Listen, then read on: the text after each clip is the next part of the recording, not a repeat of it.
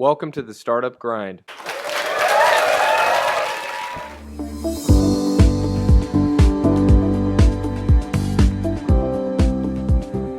With that having been said, I'd like to introduce Michelle Boucher. Michelle, take a bow. Michelle and I have known one another for a couple of years. She is actively involved in the Maryland Center for Entrepreneurship and the Howard Tech Council. And I would now like to introduce our featured Fireside Chat guest. And that is none other than Miss Danielle Tate, founder, CEO of Miss2Mrs.com. She's best-selling author. She's a columnist in a number of major publications. Please come on up.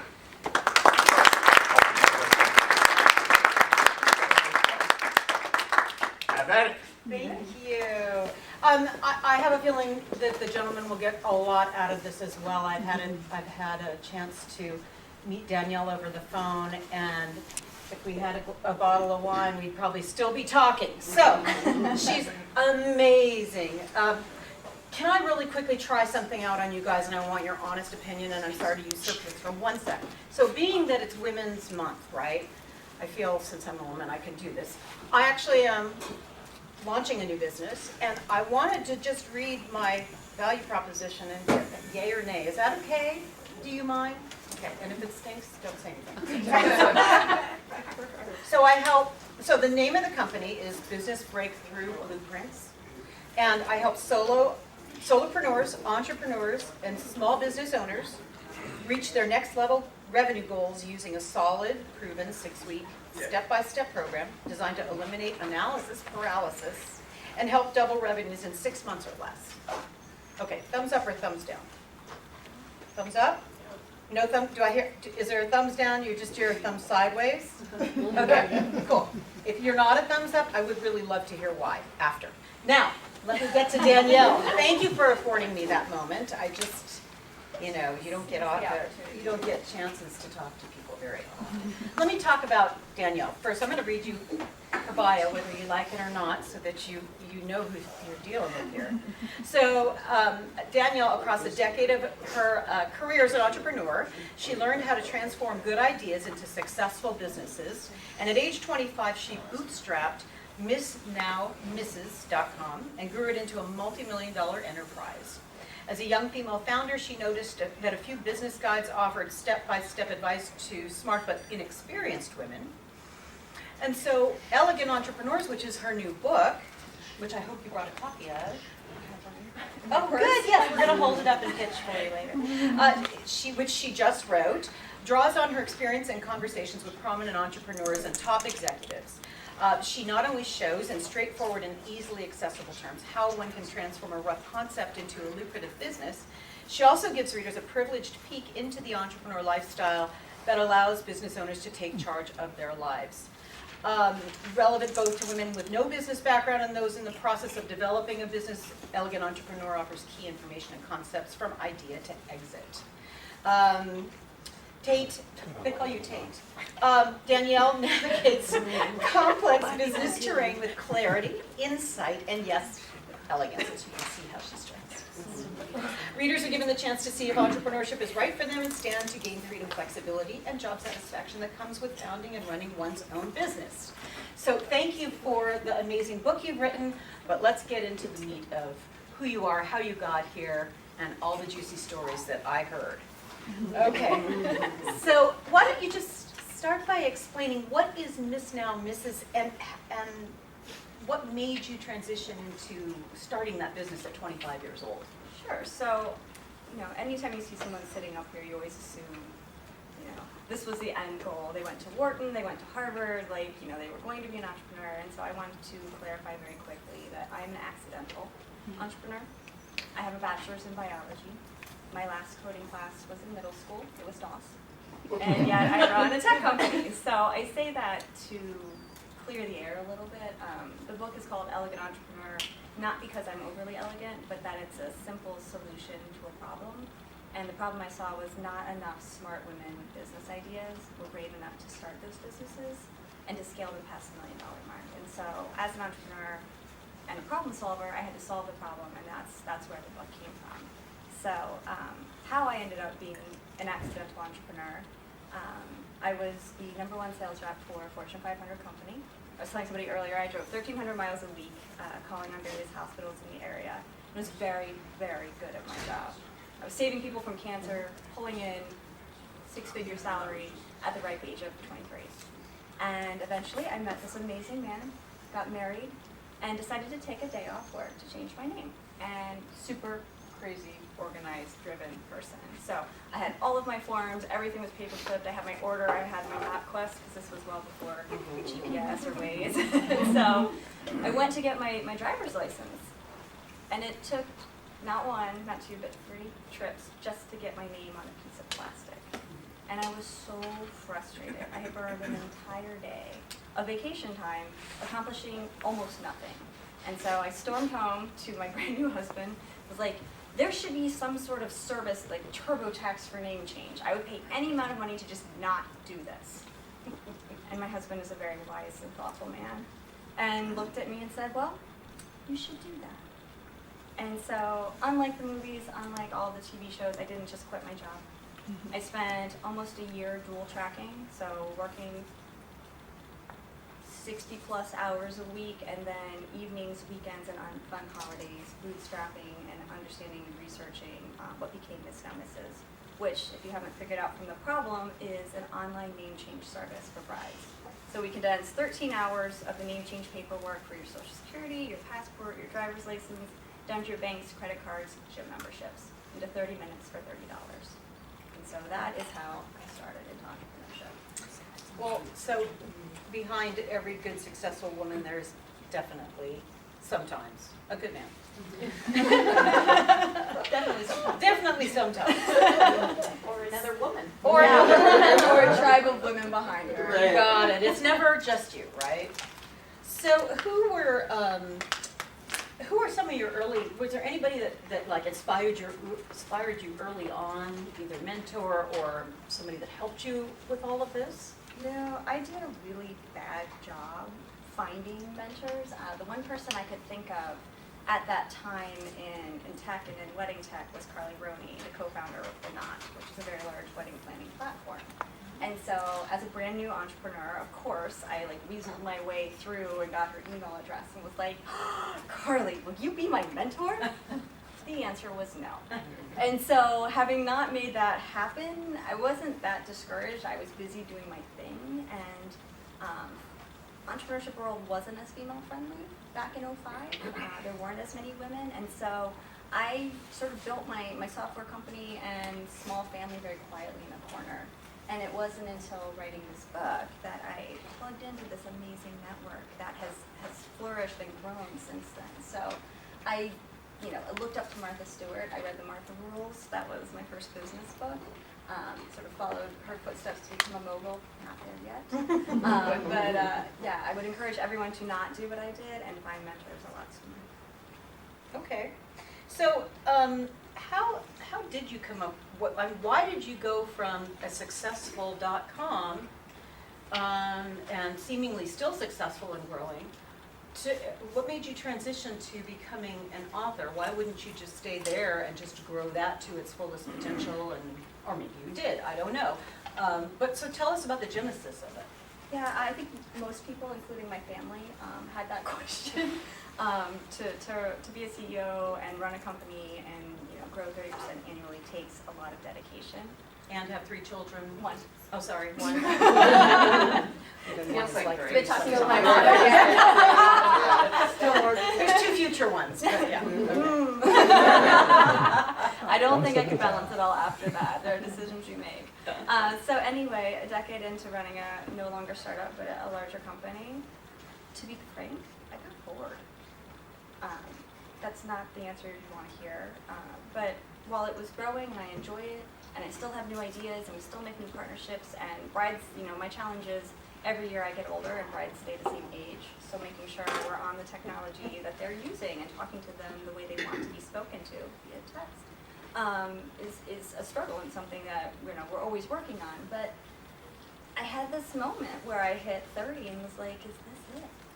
like that sounds incredibly terrible. Like I have this great life and I've worked hard for it, but I was like, did I just do it too fast? Like, was I a child bride and like started a company at 25 and now I'm here and I'm successful, but there I need something else. Mhm. And so after founding a Pilates studio, I ended up writing a book. Oh, oops, you left that out of our conversation. Okay, so just shove that in there in the corner there. There's Pilates studio Brick on and to the mortar. next I've thing. done digital. It's Yeah. interesting to try to do something tangible day to day. It's much harder than I expected. Now, when you did the Pilates studio, tell us a little bit about how that came about, and was that by yourself, or do you have other people involved, or? That was a mistake. Again, for being a little bit bored, my longtime Pilates instructor was fired, and I made an emotional decision quickly. I said, I'll help you start your own studio without really thinking about the ramifications. And so, while I had known this person for 8 years, I didn't know them as a business partner. And I learned a lot, grew a lot, and eventually did a buyout to no longer be involved in that particular company. So, you don't always get all of them right, you always learn. And I learned a lot about the importance of partnership dynamics and understanding what success means for both partners and what moral ethics are for each of you and making sure that those align. Because if they don't, no matter how great the idea, no matter how great the product or the studio or the community that you build, you're not going to be happy. You're going to cringe when the phone rings. Like anytime you get a text, you're hoping your phone isn't your partner, and that's not how you want to be living your life. I would rather be bored than do that again. Can anyone relate to that? Partnerships? I absolutely can, I know. Wendy's like, no! Partnerships are like a marriage, and sometimes they're harder to get out of. So think about that. If you My haven't- business divorce was worse than my real divorce. I have heard that. Oh, yeah. Second business might be Mrs. to Ms. I have get your name back. On the flip side. I think she's actually 2 steps ahead of you on that, because, Where were you 15 years ago? Not yet. Yeah, that was too soon. so you talk about mirror markets, bringing up her point. So yeah, I don't know if I've coined the term, but I haven't heard anyone else talk about it. In growing a business, you have your first couple of years of just being profitable and growing and scaling and strategic partnerships, land grab, and you're there, and then you're ready for your next series of growth, and you look at where's this coming from? How am I going to make my numbers, and how are they going to be big? And so, in looking at Miss Now Mrs., we're an online name change service. We take answer a few questions, we'll ask you to be more specific, and then the software pulls all of the appropriate federal and state paperwork.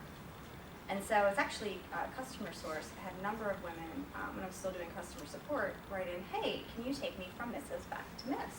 Like, sure, just, flip-flop when we say married name, put your maiden name, and, don't mind all of the cakes and champagne glasses, sorry.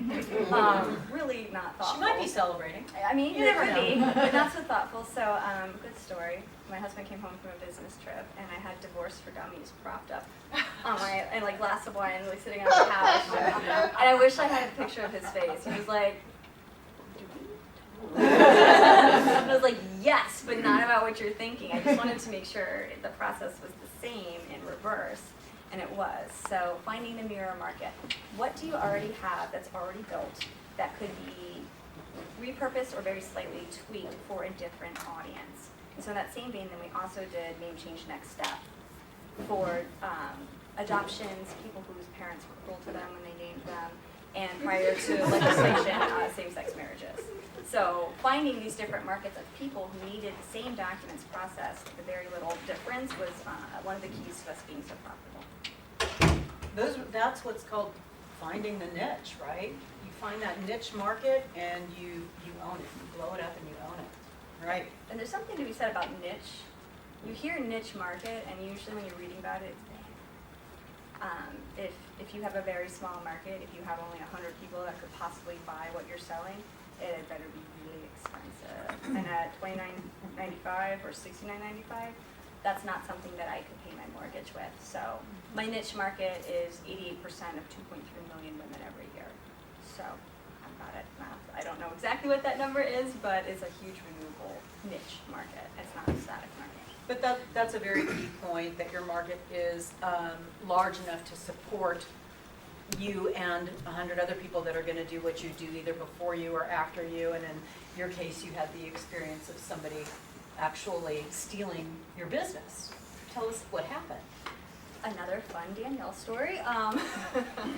So a lot of entrepreneurs I talk to are really worried about talking about their business idea before it gets off the ground. In my personal opinion, a business is not worth anything until it's profitable. So by talking to people, by doing, consumer analysis, by understanding what the flaws are before you start, I think you're helping yourself. I'm sorry, could you say that again? I couldn't hear. Oh, sure. So what I was saying is, in the early days when you just have your idea, when it's hatched and you're super excited about it, a lot of people just want to hide that idea until they have it. Oh, well, when I have my first 1,000 customers, or when I've incorporated, I'll finally talk to people. The sooner you start talking to people, the sooner you're going to find the flaws and the fixes. And if you can do that before you invest a lot of money, you're a lot further ahead. So at the beginning of having an idea, I think you should talk to people about it. But as you start to incorporate and as you put together a website or build your product, you need to really think about terms of use and protecting whatever, identify the special sauce. Like, what is the thing you have that's different? What's the thing that makes your business thrive that somebody else might want to borrow? And so the story you're alluding to, I had a series of copycat competitors, I believe 7. So I'm this nice Methodist girl from Pennsylvania. I start my company. We're profitable from month 1. And I just thought this was it. Like, you just go and you build and you grow. And I had no idea that all of these different people would be like, gee, that's successful. Why don't I do the same thing? And instead of doing the research and building it myself, why don't I just log in and borrow all of it? And so year 2 of Miss Not Misses, I was faced with a competitor. I'm still not legally allowed to say what their name was, but they stole my logo. They logged in 717 times. Thankfully, our database tracks that. And then what made me the most upset was they stole my story. Oh my God. They said, oh, we're this couple who got married and there was nothing to help us, and so we made this great service. They literally cloned you. And I had been waiting to get to a certain size because I was afraid. And so I hadn't gone to the media yet. And so they scooped me on my own story. And I was mad. But I'm also a pretty level-headed businesswoman. And so I had 2 choices. I could choose to try to outmarket them. And I already had a lot of strategic partners, try to lock up the market and slowly squish them, or sue them. And after a lot of deliberation, we were too young to squish them. I needed more time with Monopoly to really get brand awareness and to really, this all of a sudden gave me the bravery to knock on the bigger doors I had been avoiding for partnerships. And so hundreds of thousands of dollars later, most of the revenue of Miss Not Misses that should have gone to growth went into lawsuits. I wrote some personal checks as well. I ended up 8 months pregnant, sitting in federal court on the witness stand. And I just remember sitting there, I'm not a sweaty person, just cold sweat just running down my back. And I was scared for my unborn baby, that I was hurting him with all of this stress and pressure. And on the flip side, I was really scared for my first baby, my company, that, in about an hour, I would know whether, all of this time and money and effort had been wasted. And so fortunately, court ruled in my favor, and that company had 2 cease and desist. So the moral of the story is use terms of use. So anybody using your product, your service, your website says, yes, I will use this, but I will not create a derivative work. If you need a really good one, if you're starting out, just borrow mine from Miss Not Misses. You're welcome to. I paid enough for it. That's the part she won't take you to court for copy. Take it. It's really good. But too. in the fine print of all those terms of use that we sign, every time we try to use something, you have to click on it. You have no choice, and nobody reads it, right? So I guess that's the easiest way to protect yourself, is you put anything you want in there, and people will agree to it just so that they can use your product. It's worth the investment, understanding what is most important to your business and safeguarding it as much as you can. Yep. So why do women, just getting back to the book for a moment, why do women need their own guide? What makes a female founder different than a male founder? What kind of characteristics? So I think we are different, just like men and women are different. We have lots of similarities and things that we're good at and bad at. And when you generalize, you always get in trouble. So I'm going to generalize. I think women entrepreneurs look before they leap, and that's usually a good thing. But you know, there's the glass ceiling in corporate America that's shattering, and entrepreneurship, I say there's this sticky floor. Women tend to find every single reason why they shouldn't start a company, or someone else would be better, or someone's more educated, and they don't start. But when they do, I mean, all of the statistics are in our favor. What is it? You know, we have 30% higher return on investment than if it's a male-led company from a venture capital point of view. So writing a book that addressed some of those hesitancies, and also, I think one of the other things that makes us amazing entrepreneurs is the fact that we are nurturers. Most of us, you know, have the capacity to be a mother. And any mother I know would do anything to keep her child alive. Anything. So when you have a woman entrepreneur, and her company is her baby, it's going to be successful because we just won't let it die. There's that level of connection. So serving the different brain and some of the different challenges and different strengths was something that I thought was really important. I looked for it. I read lots and lots of books to self-educate, but I never read one that was for a smart woman with a business idea without an MBA. And sometimes that could be intimidating. You, switching gears for a minute, how many people know about the Goldman Sachs 10K? Just a few people? As well as Okay. a woman. Yes. Would you explain what that is? You participated in it with a couple other folks that I know, and that was quite an adventure. And you actually had some interesting things happen through that. But just tell everybody what that was and what you went through. Sure. I was not part of the founding committee of the 10,000 Women Venture. I can give you sort of broad strokes. What Goldman Sachs saw was that women entrepreneurs are the revenue generators of the future. And when you invest in women entrepreneurs, especially in emerging economies, those women give between 93 and 97% of their profit back into healthcare, their communities, and their children's education.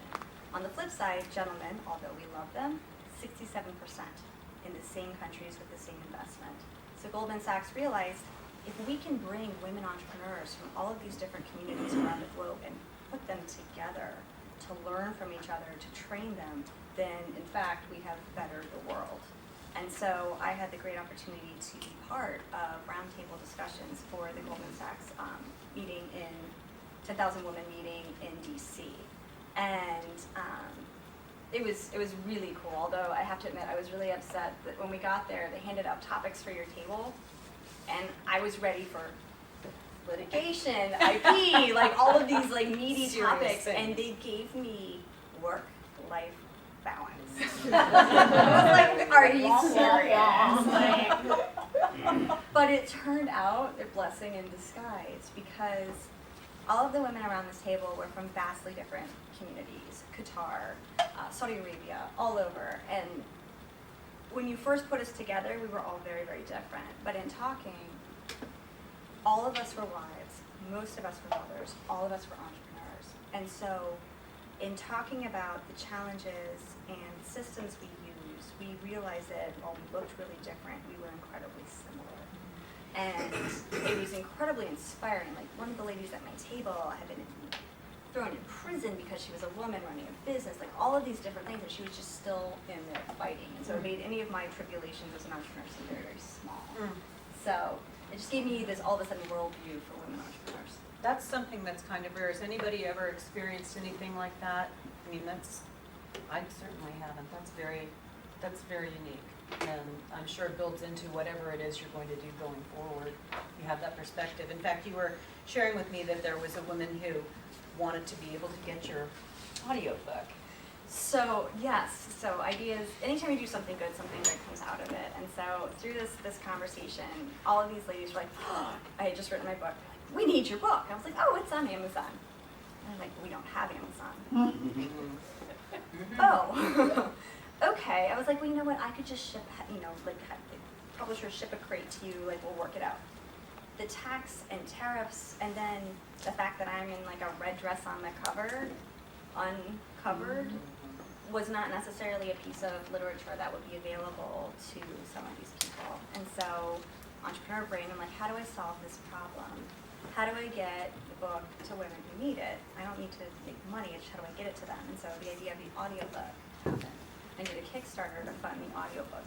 Not because I needed the money, but because I wanted people to know what was going on and what the problem was. And so by creating the audiobook, we were able to then host it in Amazon in the cloud, so anyone with a cell phone could play it and not have to download it. So even if they weren't allowed, or even if they didn't have access to bookstores or to traditional Amazon accounts, they did have access to it. So we ended up doing donations to, I think, 28 different incubators and accelerators around the globe.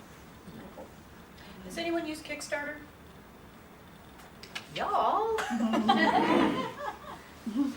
Okay, well, I'll save that for another time. So, okay, let's see, what other juicy questions do we have? Okay, we're gonna go down the road of failures, right? So we all have that, right? We all have that. But first I wanna ask you, for those who may be sort of closer to the place where you were when you started Miss Now Mrs., looking back, what are some of the things that you can share that would be helpful to know at that stage rather than so far down the road? To avoid failure or to just know? Either avoid failure or to help them accelerate success. Sure. I think one of the most important things, which is easy to say now, and hopefully is helpful on the front end, is it's okay if your company doesn't make it.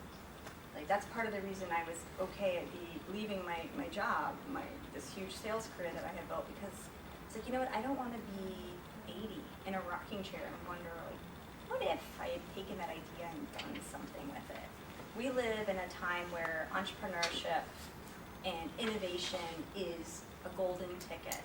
So if you leave your job and you start something and that something falls apart, gets acquired, or just doesn't quite do what you want it to do, you've learned, you've created this skill set that makes you highly marketable to any size corporation, because everybody wants the idea person, the entrepreneur. And so if I had known now what I know now, I would have been less worried and felt less insane for leaving my job and my security, because I didn't know that I was going to develop this skill set that would have made me highly marketable to all of these other corporations. So knowing that would be awesome. Finding co-founders that complement your weaknesses. If you're both the same, it's going to be really fun, but you're not going to be the ideal combination for a successful company. So understanding, looking in the mirror, this is what I'm good at, this is what I can learn, and this is what's just really hard for me. And finding somebody that has the skill set that's really hard for you and then filters over the other way is, again, something I wish I had known. You know, you had talked earlier about competition. I just wanted to offer a resource while I'm thinking about it. If you want to see what your competition is doing, you can go to a website called similarweb.com, and you can put in your URL, and all of the same types of companies will come up, and you can see what they do, and you can see where they advertise and what their ads look like and what their pages look like and so on. So you can do a little recon that way. It makes it really simple and free. Okay, before we get to Q&A, I have to ask you to talk about what you did before you got into all that sales when you were going to medical school and where that led. My big failure. So I sit here as a cardiologist. I spent the first 20 plus years of my life intending to be a heart surgeon and doing all of the things that you're supposed to do. Like, I had no spring breaks. I volunteered. I worked at Ohio State Heart and Lung Institute in summer times, in winter times, anytime I wasn't in school. I did colonoscopy research for the local town doctor when I was home. So fun. Yeah, anything I could do to fill in what I was supposed to do. And so not getting into school was my first really, really big failure. And I had two choices. I remember I was about to graduate and I was sitting on my roommate's couch and I was like, you know, I can go home to my tiny little town in Pennsylvania as a failure and like figure it out, or I can just make something work. And I of course chose make something work. and graduating into a recession, there weren't any research positions available, which is what my fallback was. So I put my little resume with all of my scientific research on monster.com and ended up being called by a recruiter and promptly was interviewing for a job selling Canon copiers. And I really needed the job because if I didn't have the job, I was going to have to move back home. And I could not move back to Bedford, Pennsylvania, where everybody knows you, everybody knows your parents, and everyone knew I didn't get into school. So I'm sitting across the desk from this man who was very nice. And Steve looked at me and goes through, and he's looking at the resume, and he's looking at me, and he's looking at the copiers, and he was just not It wasn't coming together for him. Yeah. And he was like, finally he was just like, he's like, what makes you think you have enough grit to sell a copier, honey? And I was like, well, this past summer I shaved several hundred inmates' groins before they had heart catheterizations. Speak up a little bit. I don't think they heard you in the back. I never tell the story. I told you, gentlemen, you like this. So my previous internship was doing heart catheterizations, which is femoral artery. And there was a very large prison population at the hospital I worked at. And of course you can't, as an intern, work on most people, but there are some gray areas with the incarcerated folks. And so my job was shaving their groins before surgery. And I was pretty cool about it until the serial rapist grabbed my wrist and told me that I was very pretty. And so having told that story to dear Steve, he looked at me and said, if you can do that, you can have the job. Okay, thank you, Danielle. And before I start taking questions, I just want to throw a quote out there that I really liked that Danielle had come up with. And I think it's in your book, is it? Yes, I have quotes on the front of each chapter. She I love does. quotes. And the one that I really liked was never wish for it more than you work for it. Would you agree? Yeah. All right. Thanks, Danielle. All right. You must have questions. You've got to, even if it's about the groins in the prison, you've got to be asking. My mom didn't know that Tell story me until more. it was in the Washington Post. So your family found out about it in the press? Yeah. Nice. Oops. Yeah. Okay. Anybody want to ask Danielle anything? Yes. So when you started your company, you were pharma sales rep, right? I sold cancer diagnostic equipment to pathology departments, yes. So did you think your company was going to be a hobby while you still made the six-figure income, or you thought your company was going to take off and you would quit your job and make this into a career piece? The second, I had done a lot of market research, like cobbling it together, looking at census data to see how many women got married. That was pretty easy. There's my 2.3 million. But then figuring out how many changed their names took a lot of digging. And finally, going back to biology, Danielle, I looked through journal articles, and there was a sociology article about the 88% of women changing their name. So I was like, okay, huge renewable market. And then I started doing, calling people that were just been married that I was friends with. I'm like, would you use this? Would you do this? How long did it take you?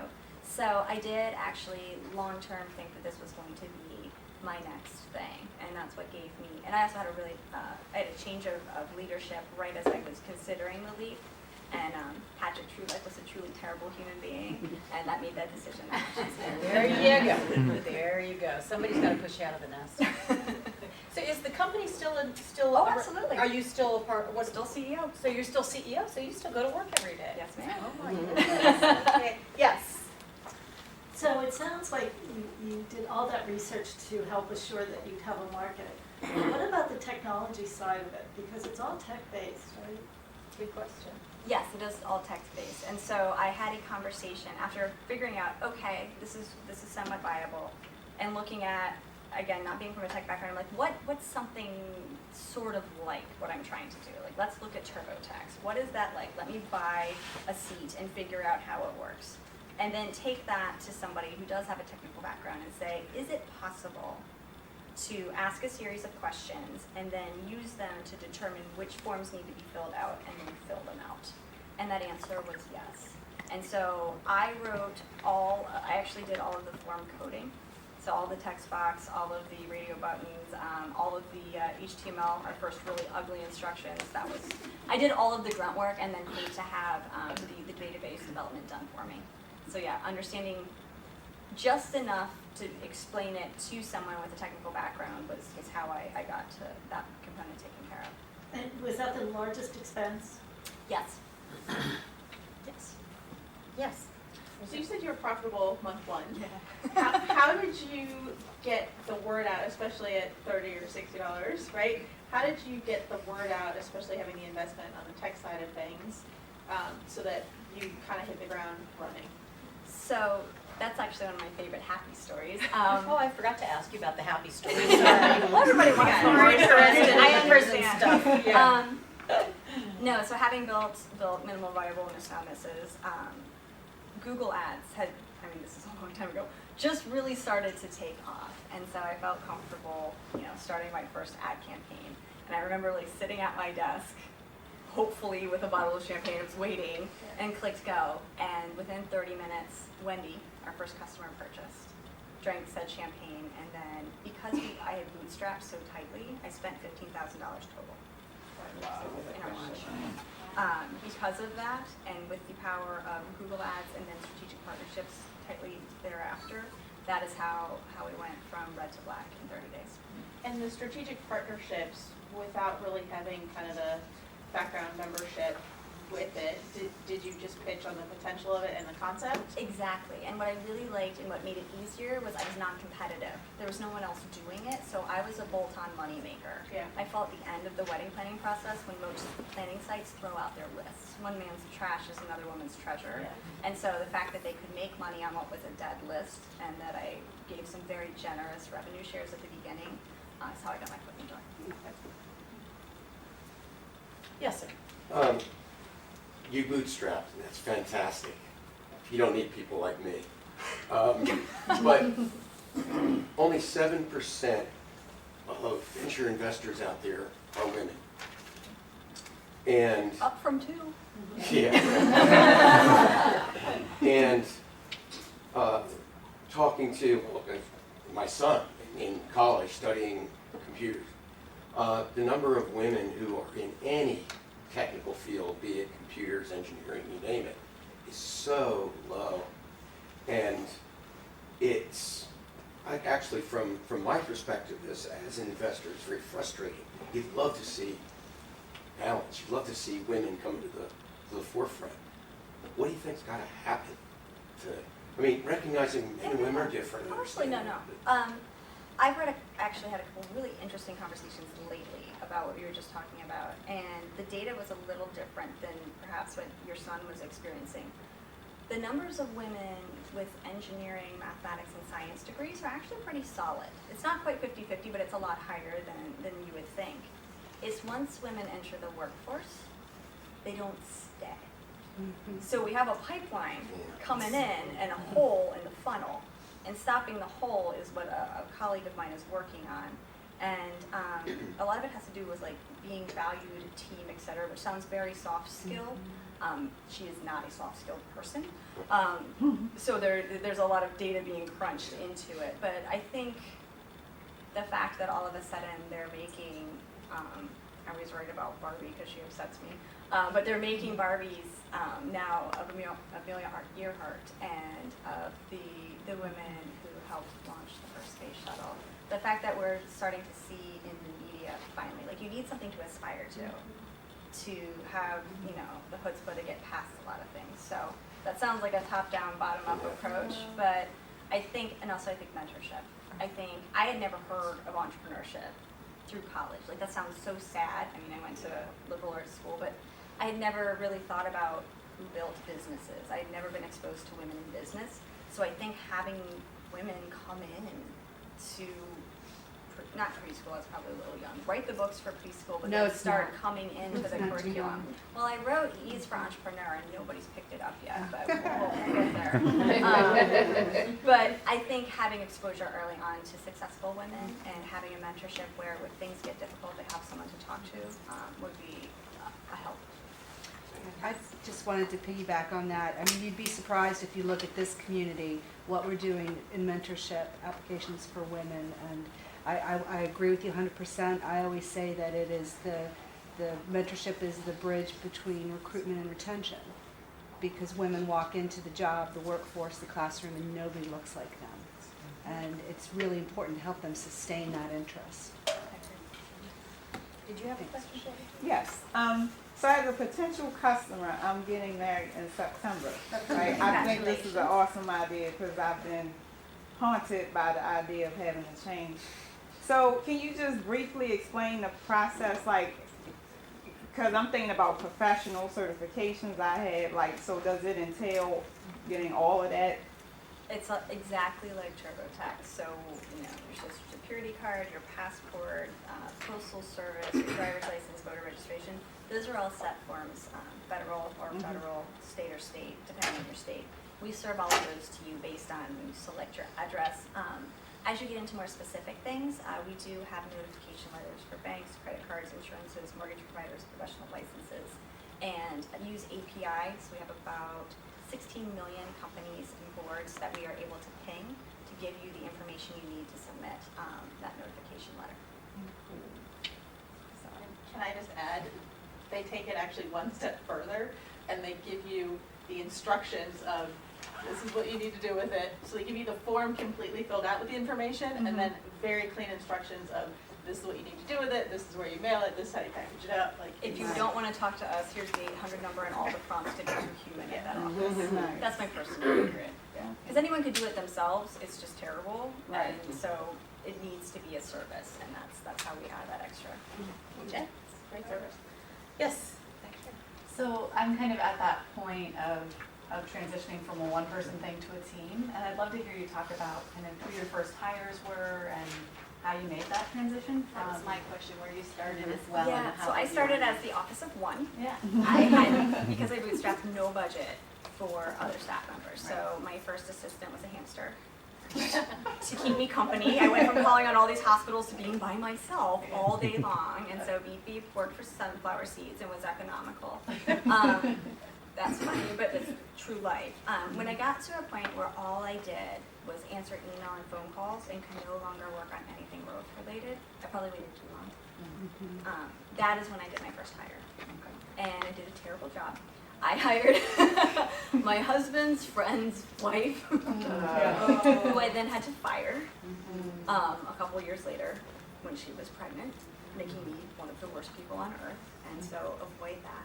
I think there are a lot more resources now.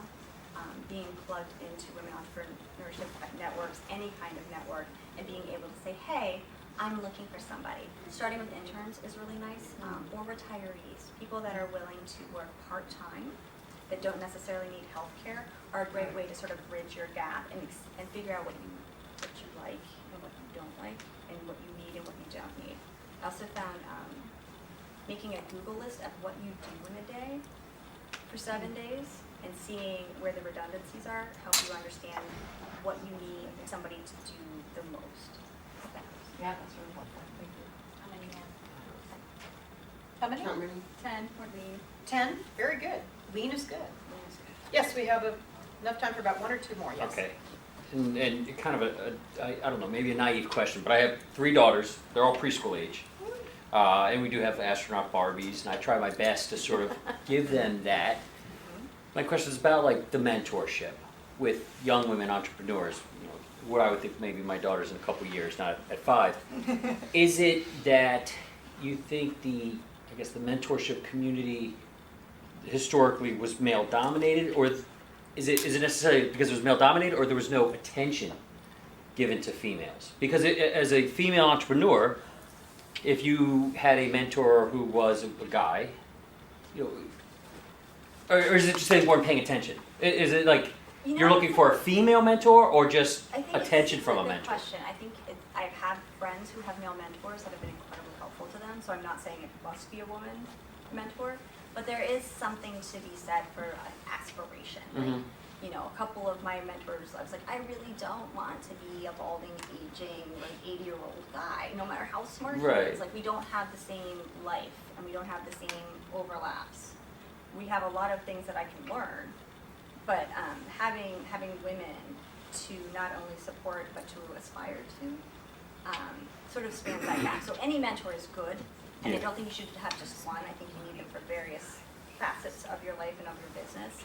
But yeah, finding for your daughters eventually a community that they can join or girls who code, find other I was friends. gonna say, yeah, this is what my Friends sister that are did like that. with my niece. There are a And lot they of have really STEM cool camps. Yeah, And she I've did already that been, really early. believe me, I'm Okay. already That's researching awesome. that. We're almost out of time, Brian. I know you had, is it a quick question? Quick question. Okay. I think. Uh-oh. We'll see.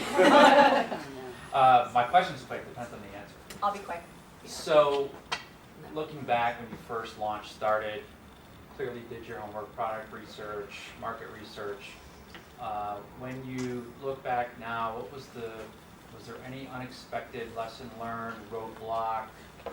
Where did you need to pivot? What did you learn from that? The lawsuits, like the copycat competitors was not, it sounds very dumb, was not something I was prepared for and really, pushed us off the rails growth-wise for 2 years because all funds went to fighting.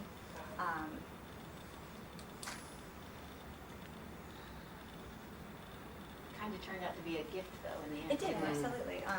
Those things take time to say, but yes, now at the time, that took years. I should have gone to therapy. I will think on it and at the end, move back for you. I know we have a whole. Yeah, okay. Yeah, do we have enough time for one more? Last one. Okay, yes, sir. Where are you going to be in 5 years? Well, I'm working on my second book. Somebody asked me this, and there were cocktails involved, and I said I wanted to be the Mother Teresa of women entrepreneurs. So perhaps I will be somewhere amazing, helping communities of women entrepreneurs not only change their communities, but their global economy. Danielle, thank you. You're amazing.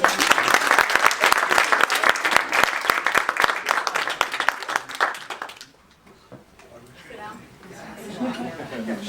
Sorry. Please come up.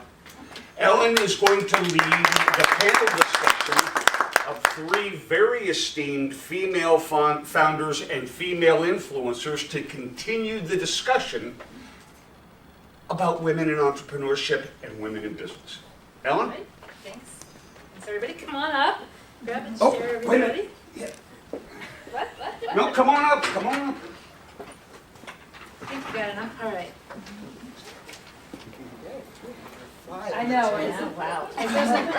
is it okay? Yes. It looks like you're gonna eject. I know, I'm gonna- Don't lean forward. I'll catapult myself into the audience. Goodness. It's a whole different ball game from there. Yeah? Yes. And we all got the dress code. We did. Yes. We Yes. did. Absolutely. See how we are in sync already as women entrepreneurs. There And you this is go. about a memo. Totally. So, thanks everybody. This is a conversation, again, a little bit like with Danielle. Just, we'll talk and then please leap in if you have questions. We've gathered women entrepreneurs from really 3, now 4 different settings, right? These are very different businesses and models. And we want to talk about the challenges and the opportunities that are involved with being a female business owner. And we want to explore how each of you came to be in business and who helped you, and your thoughts about lessons learned that for women especially, but for women and men, because some things just transcend gender. So I'd love to start. We'll start with you, Shannon. I'll give a brief biography, and then I'm going to ask each of you to fill in, as I will call it, the prequel, right? So their bios are all about their owning their business and how great the businesses are, but I want to know what happened beforehand. So Sharon Taitt, right here to my left. Shannon is can we call you a solopreneur? Yes. Is that the right word? That I'm is learning this correct. word. Founder and CEO of Deep Roots Consulting, which is providing life coaching, consulting, facilitation, and training, and also, not to be outdone, she's also president and CEO of the May Be Foundation, which is a community-based nonprofit, and it's changing lives of African American students who have lost a parent or a guardian by providing emotional and financial resources. So very cool, Shannon Beasley Tate. Okay, then Suzanne Macgee comes from a different place totally. And is it Bandura? Is that the right way to say it? Yes, the company? Bandura. Okay, so I'm learning that one too. Suzanne is the co-founder, chief evangelist officer of Bandura LLC, which is a security software company, and also chair of TechGuard Security, which is a U.S. critical infrastructure security and national cyber defense enterprise, and some of you know what that means. We're talking Russia. I know. In 2013, Suzanne established Bandura, a wholly owned subsidiary of TechGuard, to commercialize the polywall technology with associated 50 patents issued or pending, positioning for the growing global security software market. So welcome, Suzanne. Thank you. And then Danielle, we've met. And then Wendy Baird. Wendy is president and creative director of Insight 180, which is a branding agency for B2B advisory businesses. She's been advising companies on branding, positioning strategy, no, named development, identity, messaging, design, and marketing for more than 25 years. And your business has been in Ellicott City for all 18 of of those. Yeah. Awesome. Wendy is a survivor of the Ellicott City floods. Yes. So, Oh my yes. God. Yes. So, yeah, more power to you.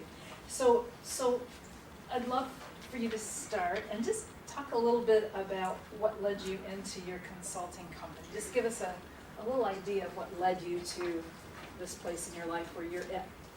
Okay, well, good evening, everyone, and I'm excited to be here. I think I'm on the other end of the spectrum from Danielle and excited about being a solopreneur. I think that as women, sometimes we want to be as big as Oprah. I've envisioned myself on stage or being interviewed by Oprah, just probably like anyone else in the room. But at the same time, I've had situations in my life that made me go, okay, why am I starting a business again? I have a great career, which is my full-time job in the federal government. I work in substance abuse and mental health, and if you've watched anything on television, the opioid crisis has taken over everything. But I've considered myself a grassroots bureaucrat. And I think that kind of came together for me because there was a lot that I could do as a federal employee, but then there were other things that I couldn't do. And I couldn't do the life coaching skills. I had people coming to me for advice all the time about how do I get from that sticky floor situation to moving myself from being stuck and being paralyzed. And so I was like tired of giving that advice away for free and decided to kind of build upon that.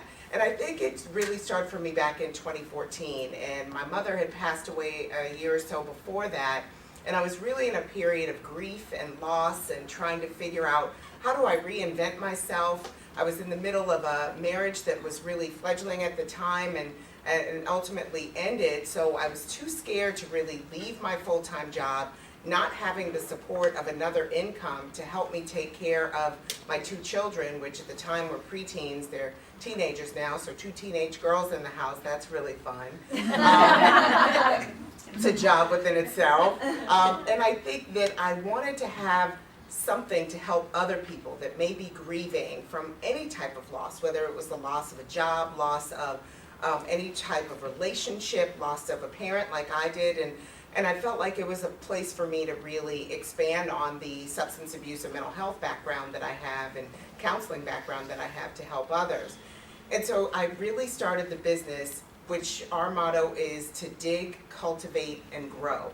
And I wanted to help people individually and organizations as well to really dig behind an issue of why they're feeling stuck, why they're feeling they can't move forward, and then take those things and cultivate some new opportunities, some new ideas. I'm a really resourceful person, so I wanted to take the partnerships and the people that I knew in the community that could help move them forward so that they could grow. So that's really what the premise was behind the business. And so from there, I generated a lot of clients individually, but also in businesses and with faith-based organizations, and would start just hearing more stories about people's loss. And so that really catapulted me into writing my own book called Get Your Head in the Game, Life Lessons Learned from My Mother Through the Game of Basketball. And so I built on not only what I was doing in the business, but taking the grief and loss that I experienced and really transforming that into a way to marry and metaphorically talk about my mom playing basketball, I played, my daughters play, and talk about those lessons that I learned from her being a coach for me, and also using that in my coaching business and helping people with those life lessons. But as usual, I couldn't stop there because I apparently have more hours in the day than the average person. And I was just getting such big generated interest in what the book was about and what leaving a life of legacy was. And since my mother passed away 2 weeks after her 69th birthday, I was like, you know, there's a lot of life that we all have to live. And so I wanted to talk more about how to help others. And I felt like an orphan at 40 when my parents were both gone at that point. So I really wanted to take that and go into developing the Maybe Foundation, which just started this past year, and I'm really excited about this nonprofit. Never ventured into being someone who wanted to do a nonprofit, didn't understand anything about that world, but I felt like there was a gap and a hole that I could help fill and give back, and this is my way to be able to do that. And Maybe actually stands for my mother's initials, Mabel Alice Young Beasley. And I felt like if you could maybe help someone move from point A to point B, if you could maybe support someone and give them the help that they need, that they would have success. So that's generally how I started all of these ventures that I've started.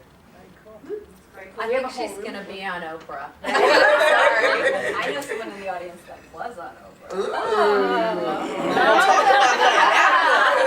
Connection, Yes. pointing, but yeah, it's working. Yes.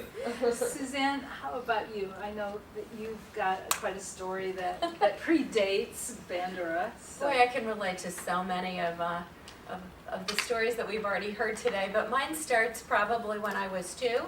And my parents, my dad loves to tell this story. I don't know that it's that flattering, but I would not stay home. He was an intern in a medical program. He's a guy, he got in. And he, so we were living in campus housing, and he said I would just go out door to door and just ring the doorbell and talk to people, and they never knew where I was. So I think I'm a natural cold caller. So, you know, you just got to go with it, right? So I've always been, I guess, an extrovert. So anyway, that has served me well. I will say that with my first technology business, I ended up by dumb luck with someone who was exact opposite of me, and that was the beauty. So we were completely opposite. We used to say we were yin and yang. She's an introverted engineer, and I'm just an extroverted, cold calling kind of person out there with some science background. So anyway, so from there, I did a variety of things. I did an entrepreneurial college route and just couldn't center on one particular thing. All that later served me well. I studied communications, I studied biology, I studied advertising at one point. So really, as I got older and then finally decided to go into the tech area and be an entrepreneur, I could really draw on a lot of this kind of entrepreneurial education that I'd had before there was any real entrepreneurial support. And I'm really a senior citizen here, so I have a 2-year-old grandson and my children are grown, so now, and I'm divorced.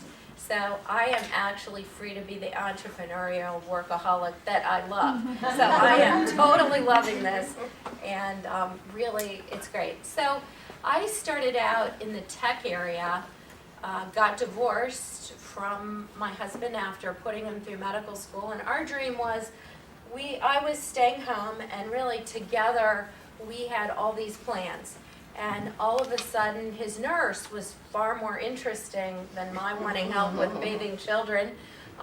You know, I'm sure it's a two-way street there, but for whatever reasons, he decided that that would be a better path for him. And so now I'm going, okay, now what am I going to do? So I guess I was in my early 40s and decided I'm going to go back to school. I got into technology.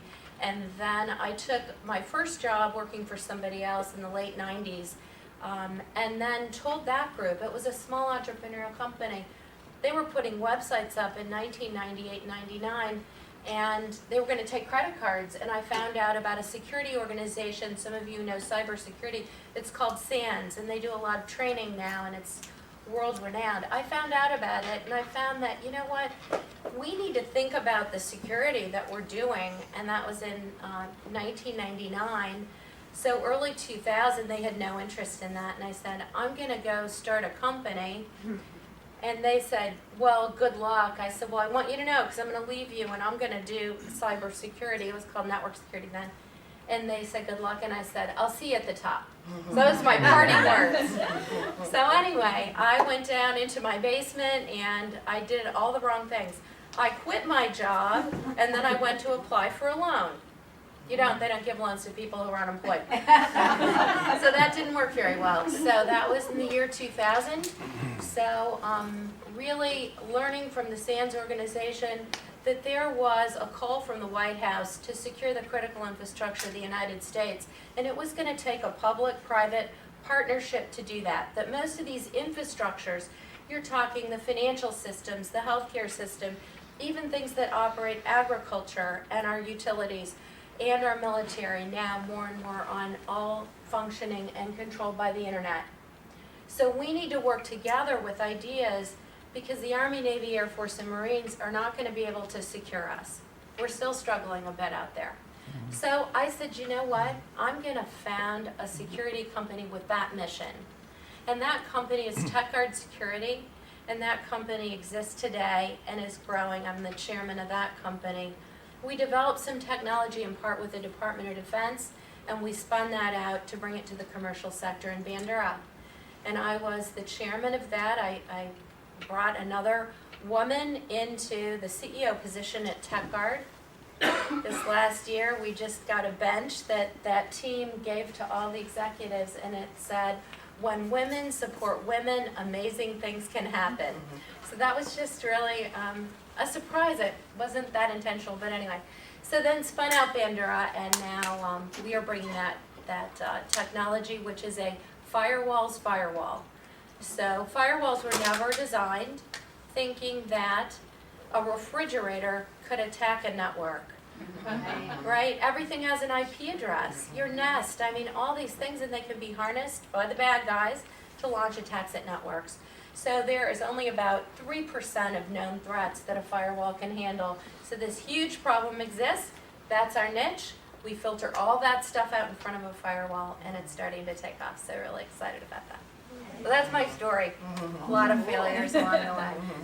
We're going to hear more. Wendy, how about you? Sure. So I still haven't decided what I want to be when I grow up, but I always wanted to be a singer, and I am still on the side. But I started in nonprofit work, and I was a salesperson, and I did all kinds of things. I majored in communications, but had a music scholarship, a voice scholarship, go figure, and took every art class I could. It turned out that communications and art turned me into somewhat of a graphic designer, and I did sales. I'm definitely an extrovert, love to talk to people, and I think that's probably what's helped me grow my business. But 25 or so years ago, I decided that I wanted to have a child, and I quit my job, and I started a business. But the thing is, I had a second income to fall back on. I was married at the time. And also, the work that I had been doing, I worked for a place called Downtown Partnership of Baltimore, which is still around, and actually we still do a lot of their graphics now, but I was their PR and marketing director. And because I was doing a lot of graphic design work and communications work through that job, the companies that were involved in this quasi-public partnership called and said, who does your newsletter? Who does this? And it's like, oh, well, I do. And yeah, I could do some freelance. So I did have some freelance clients before I started, so I wasn't completely stupid. But then I got a part-time job with a landscape company doing their PR and marketing while I started my business, and it took off. And that was about 8 years where I was working out of my house, and I had a part-time employee. And then I found a partner, similarly, someone who was exactly the opposite. Like it was like we made a whole person, we said. She was it was great because I really needed someone to rein me in sometimes. I tend to be the big person, idea person, talk to people, figure out what their vision is, bring it back to the office. Well, she was the one who said, whoa, wait. And she would go linear on me, and she would figure out the process to make it all work. So our titles, we thought we were so cute back then. Our titles were, I was principal and possibility and she was principle and practicality. And then, like all good marriages, ours ended in divorce. No. So I bought out my partner in 2015. She wanted out, and it was time, and it was clear. So not fun. We as against the, I highly recommend everybody have a really great written agreement. You know, we're thinking 2 women will get along. It'll be fine, no problem. Ooh, it was hard. It was probably tougher than my divorce, really. But great things came from it. And even with the flooding in Ellicott City, I have a team of 5 now, and we do brand consulting and design. It turned out that we were doing a lot of graphics, but we learned this thing called branding because we had a lot of startups or companies that had been around for 2 or 3 years come to us, and they didn't know what even their positioning should be in their business. So we found that we were actually doing a ton of consulting, asking those deep questions about, well, you know, what are your core values? And, you know, we were probably in the early side, one of the businesses that was all about authenticity. It's like, why do you want to look like someone else? Let's be you guys. If you guys wear jeans to the office, don't have a website that shows suits and ties. So we developed a process that we call the 180 positioning process, and we help brand and rebrand companies that have been around for a while. We rename them, we position them, we do their websites, we do their logos, we sometimes do their social media and blogs if we know enough about them. That's great. So that leads me to ask a question. You know, we've talked a lot about the challenges of starting a business, period. What makes women entrepreneurs different? Can you zero in, any of you, on the things that you feel make you different from your counterpart who might be a guy who started this business? I'll take a stab at that. I think as a woman of color and an African American woman in business, I think I've always seen women run businesses in some way, whether it was in their kitchen, in their basement, selling pies, selling cakes, babysitting someone's child and end up having 10 in there. I think that it's just what I've seen in the community. But I think what makes it different is how you take something from your kitchen and believe that you can grow beyond that into a bigger business. So I think that that can be a challenge for women, and a lot of times women of color, because then it's maybe you don't. Even when I was married, I was the breadwinner, and so feeling like how you balance, how you take money out of your own personal nest egg to grow your business when you've got to feed children and got to take care of the household, and then ultimately divorcing as well, and now really feeling like, how do I grow this if I'm not able to get a loan? Sometimes that may be a little more difficult. Have a great credit score, but it doesn't mean anything if people make determination just based on how you may look that you're not a good risk to take this type of loan on. So I think that sometimes those are the challenges that you have to overcome in business just to even start out and grow. I think it's better today, but I was going to say, I think that I remember 20 years ago where I would meet with someone and, you know, you might get a, oh, well, so how, you know, tell me about your business. Like, it's a cute little thing. They wouldn't always be taken seriously, or you're too pretty to run a business, or whatever. And, you know, even in the last couple months, I remember going into a business setting, was the only woman there, and I met most of the people, few better than others, and so there's a few people who I know them very well, I can give them a hug. Some people we handshake, it's a handshake. Some men are still, oh, I can't stand that. Shake the hand, men, shake the hand. So that stuff still exists, and it's kind of frustrating. But that said, I think we are fabulous nurturers, and that's one of the reasons why we're in business, and it's why we do what we do, because we want to also impact other people. I think we listen very well to end user, to customer, to team, etc. And it's a soft skill.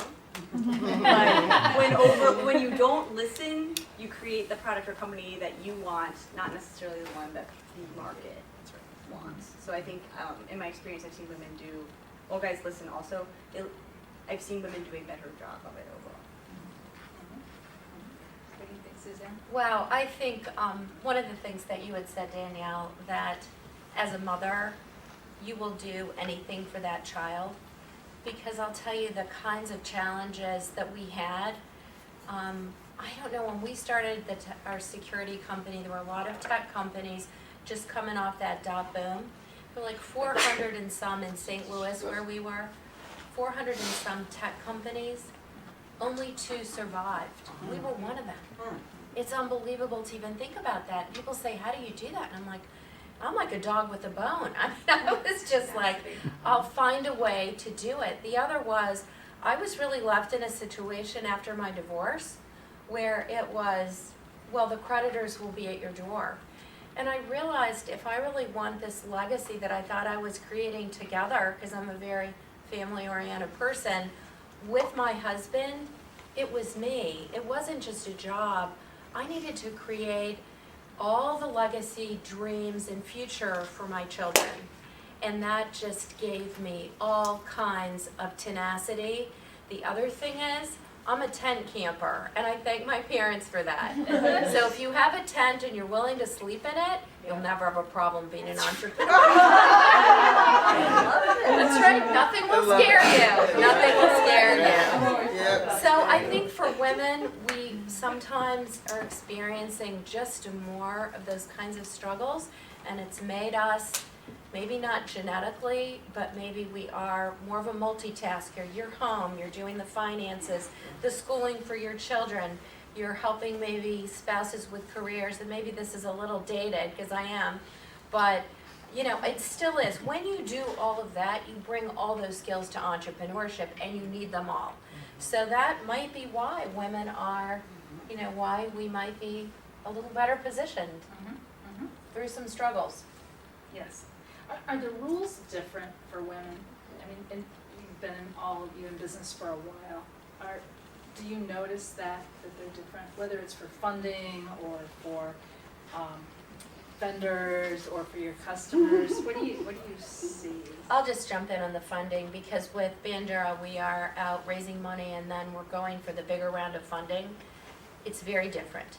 So just the way that we communicate, sometimes if you're in a room full of men, and usually that is who you're presenting to, if you're trying to get big venture capital, it's changing and that's helpful. But some of them think, you sound like my wife, or you remind me, your pitch of your voice is irritating. Or, and I just see some of them shut down. It's really true. You really want to do business with people who are kind of like you, and you think they are like you, speak your language. So that's been really challenging. It's raising the bigger funding. And now I'm the CEO, Chief Evangelist Officer, because it is a small percentage of women in technology that get the venture funding. And I knew I need to quickly, I have a really hot market, I got to get to the next level. So I hired an experienced CEO in tech, a guy who's raised a lot of money before, and so he can pick up the phone and get that kind of attention. But he said, Suzanne, I would not take this job if you don't stay on the executive management team. And so he's a wonderful partner. So anyway, and I'm learning. I know I could do it, but I don't have time right now. So it's just too dicey for me to really do that for all the stakeholders I have. But I'm going to do it next time. Absolutely am. That's a challenge, I think. Yep. Danielle, did you have an idea? I will say the rules are different. I love men. Like, don't get me wrong, I'm happily married and have a little boy at home, who's my favorite startup. But a strong woman has to be incredibly careful about how she articulates and presents herself. That's right. Because if I walked in heels and a dress, and addressed a room and said, this is what we're doing, here's how we're getting there, this is the goal, do it. I am not a strong leader, I'm a bitch. And that's sad. So the calculations that go in to pitching, to partnerships, to all those things take time and effort. And that's okay, because that's where it is. I think it's getting better and better. But if you think about the time you spend crafting things and polishing things, if you didn't have to use that time and energy in that way, you could be doing other things. So that's the rules are slightly different, but they are getting better. Wendy, have you run into that with customers or with Oh, sure. vendors? I mean, something like that? yeah, sure, yes. You know what, I don't have my own story, but I have a much better one. A friend of mine had the most successful software IPO of history. And she was in the office for that deal to be brokered. And she's co-founder with her husband. And he was doing something, and so a couple of people came in and asked her to pour coffee because they assumed that she was the secretary. Yeah. So, Did you? yes, after she informed them who she was, because she's very gracious. I mean, no, I won't say it. I think the other is, in technology, an assumption that you really don't understand technology. I still have some of my engineers in the lab, they really dumb it down to be sure I'm gonna understand. I mean, really, it's just interesting. It's just a perception, and it is it just makes it harder. So I think that's part of it too. And I think, as you said, you want to be gracious. You also want to try to meet people on a level, and you need to bring them in. So you don't want people to feel like they're on the outside. So that's one of the things we need to be careful as women. You know, we can build support networks. It's fantastic. We can have each other's back. Springboard, if you've never heard of it, fabulous. That's their mantra. We've got your back. And they, you know, it's for you want to get out there and raise some big capital. But at the same time, you have to remember that you have to understand where others are coming from too and their communication styles. So I think that's really important, and to embrace and keep them in. Don't create stuff that's on the outside. That doesn't work. How do you, with all that, that probably every woman in this room has experienced, how do you make sure that you are on the radar of people, and how do you navigate that? And what should people watch out for in order to know if they're hitting in a good way, or if they're starting to come across in a way that maybe isn't as positive? What do you watch for? I think for me, it's about referrals. I think that if my referrals start to slow down, then I'm going, did I make somebody upset? You know, what am I not doing? Am I not fresh? Am I not staying on top of what's going on out there? And I think when I know I am hitting the mark, I definitely am getting the clients in the door. I'm able to really get out there and market myself in a different way. So I think that's really important, to kind of stay in tune to what your numbers are looking like and how that's going for you on a monthly basis for me. Yeah, that's right. It's all about the numbers. I think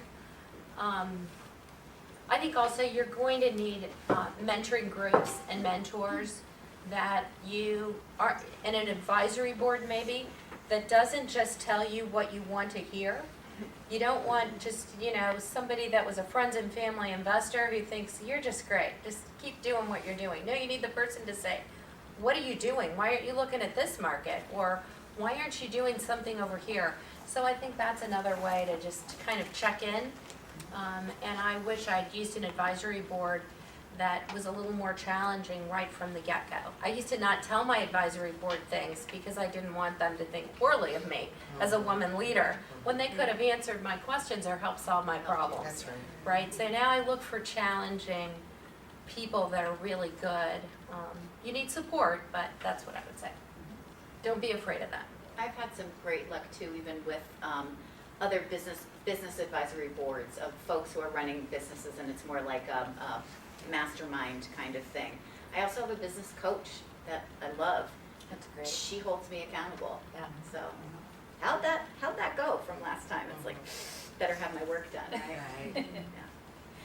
That's one of the things that a lot of people talk about is capacity building. So how can women here or anywhere work together? And obviously there's good groups out there for mentoring, and there's places like Maryland Center for Entrepreneurship.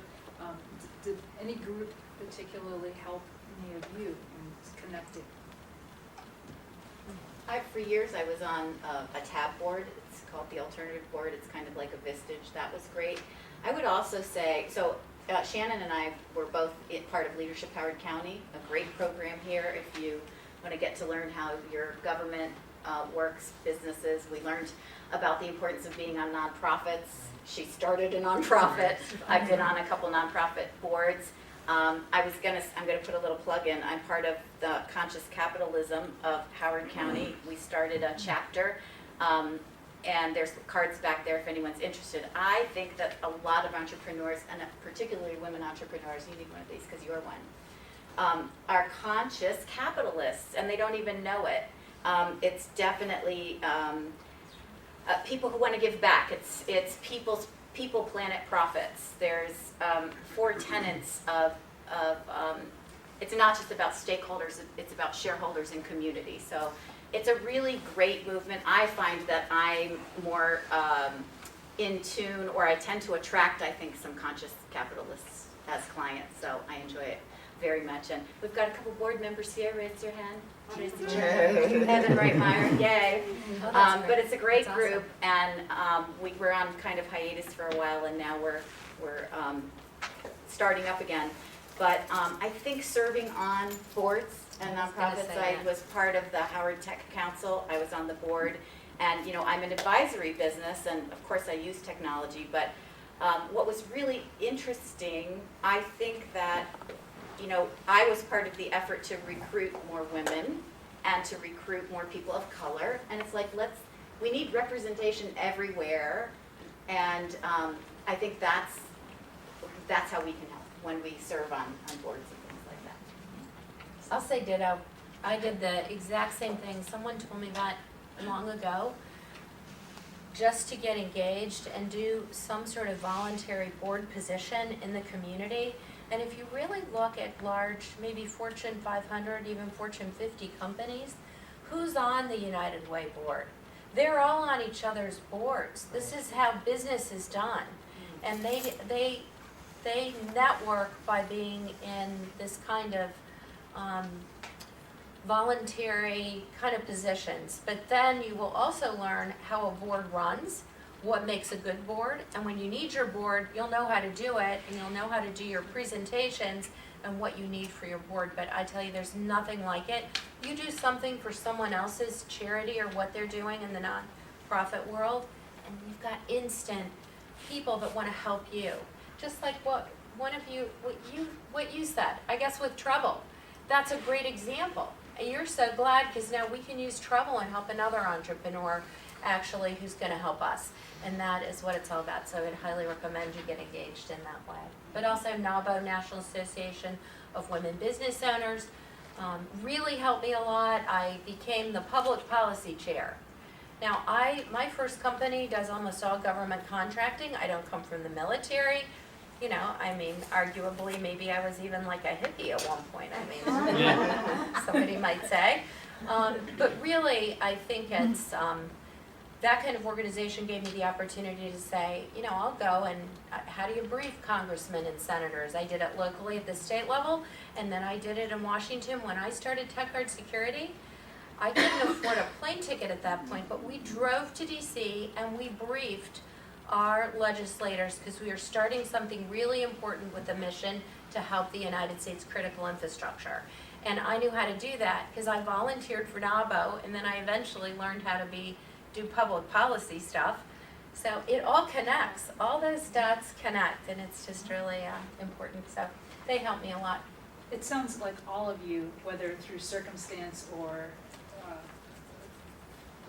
or some voluntary choice, kind of moved outside of your comfort zone in order to actually do this. Sometimes we totally do it because we know to do it, and sometimes we get shoved. But I'm interested, Shannon, you talked a lot about, is this a leap of faith, and how can women who may already be working full-time, is there a way to navigate this, either to just give it up and go, or to try to straddle that? I think you have to do a good cost-benefit analysis of making that leap.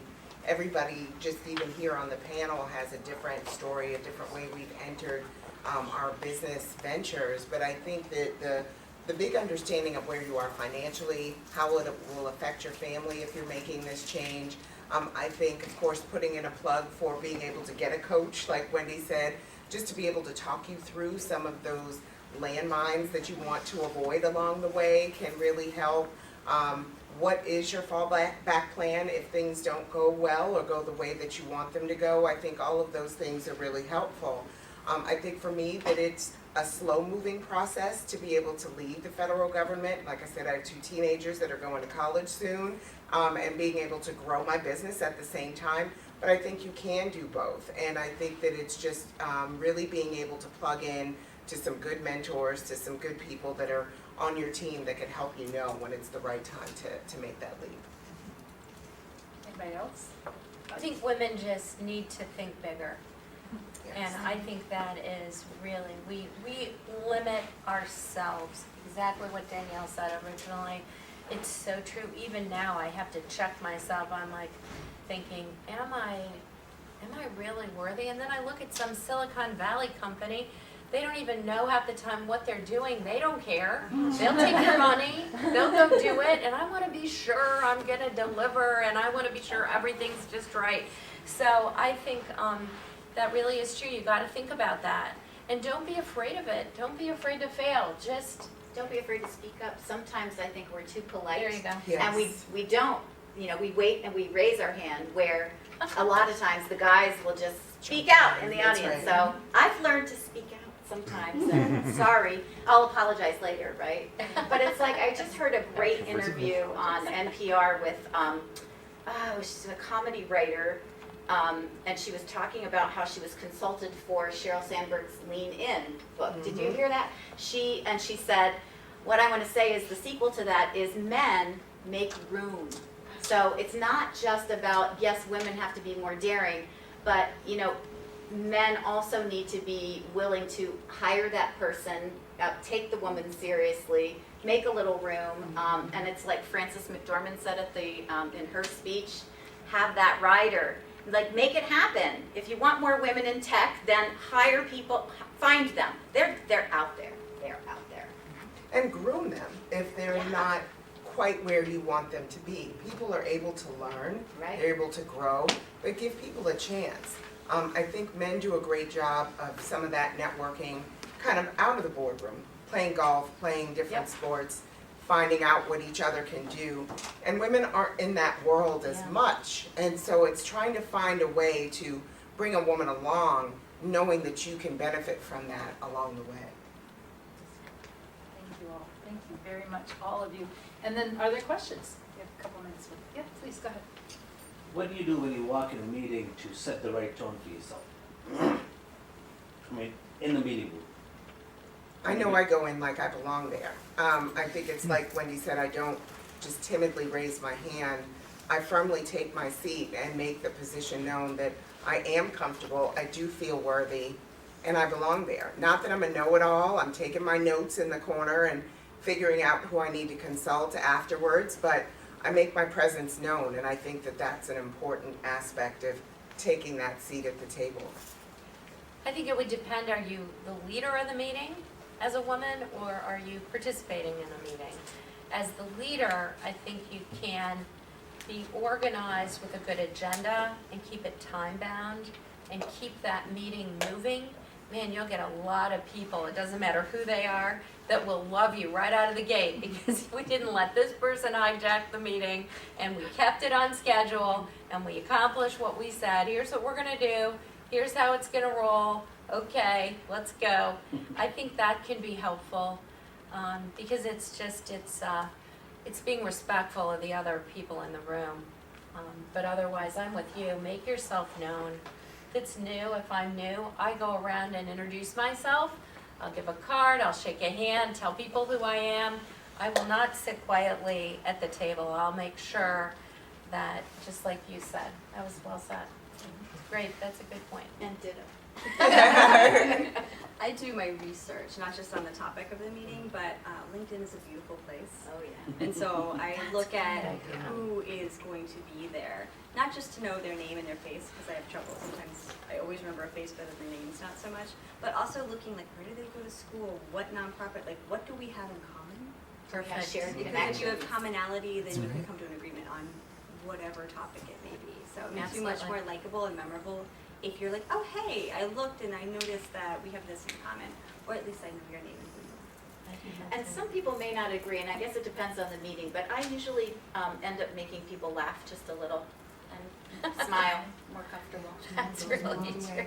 Do you break into song if you have to? If I have to, only if I have to. Wine helps, you know, there's all kinds of things that can help a meeting. Yes, ma'am? Question for Shannon. So I'm a solopreneur / employee. I'm actually a lieutenant for Baltimore County Fire Department. So I have effectively You broken learned that ceiling, actually. to navigate Yeah. the man's world. I think my question is, how do you, because I don't know if you can perfect balance. I'm not sure if there's a such thing as, how do you go into work and continue with the passion of why you took this career, but then, you know, deal with still nurturing and growing your baby at the same time? Like how those days when you leave work and you just want to like strangle everybody in close proximity. But I think I keep my eye on the prize with that, and I don't know when you get paid, but I look at, I get paid every other Friday, and for no other reason than that. I know that that's why I can go into that job and be okay.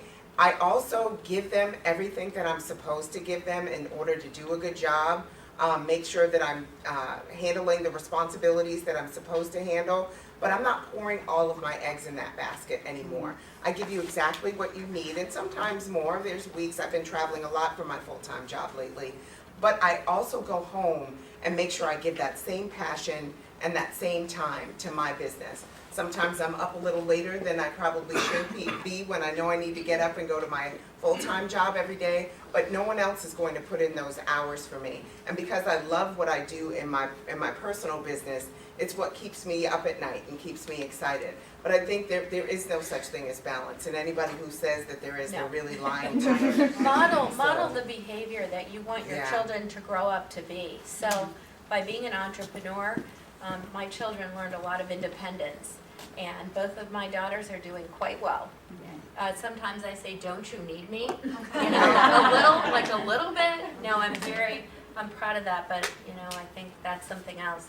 You don't have to be so self-sacrificial. Right. You're gonna model the behaviors that you want. Self-care too. Absolutely. Self-care. You gotta get a massage every once in a while. You have to go sing. If you're gonna sing, if that brings you joy, you have to do that every once in a while. That's so good. We've got time for one more, Andy. Have one? One more. Question for everybody on the panel. Have any of you had any experience working with female entrepreneurs that are veterans? And if you have you noticed their skills experience being different from yours? I'm a female entrepreneur and a veteran. Yes. I think I have a lot of veterans that work in the cyber area. They come with their clearances. They're already cyber certified oftentimes. I just find in general, there is a respect for authority. There is a lot of discipline that is really helpful. But sometimes I think it's harder for veteran employees. I've had to work with them to say, we're entrepreneurial. You can break that mold, right? So you don't just have to talk to this person above you. No, communicate across the board. So sometimes you have to undo some of that. That's my experience anyway. So, but man, some of that discipline, skills, yeah, I admire that. I wish I'd had a little more of that. Still do. Yeah, it's amazing. The Conscious Capitalism just had Dog Tag Bakery come and speak, which is a veteran-owned business who works with veterans to help them become entrepreneurial. Great organization. Check out.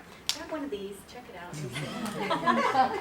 This is not my business. This is what I volunteer for. There in the back. There you go. That's perfect. Yeah, you too, all you guys. Yes. So we're at time, so thank you all for Thank great you. conversation.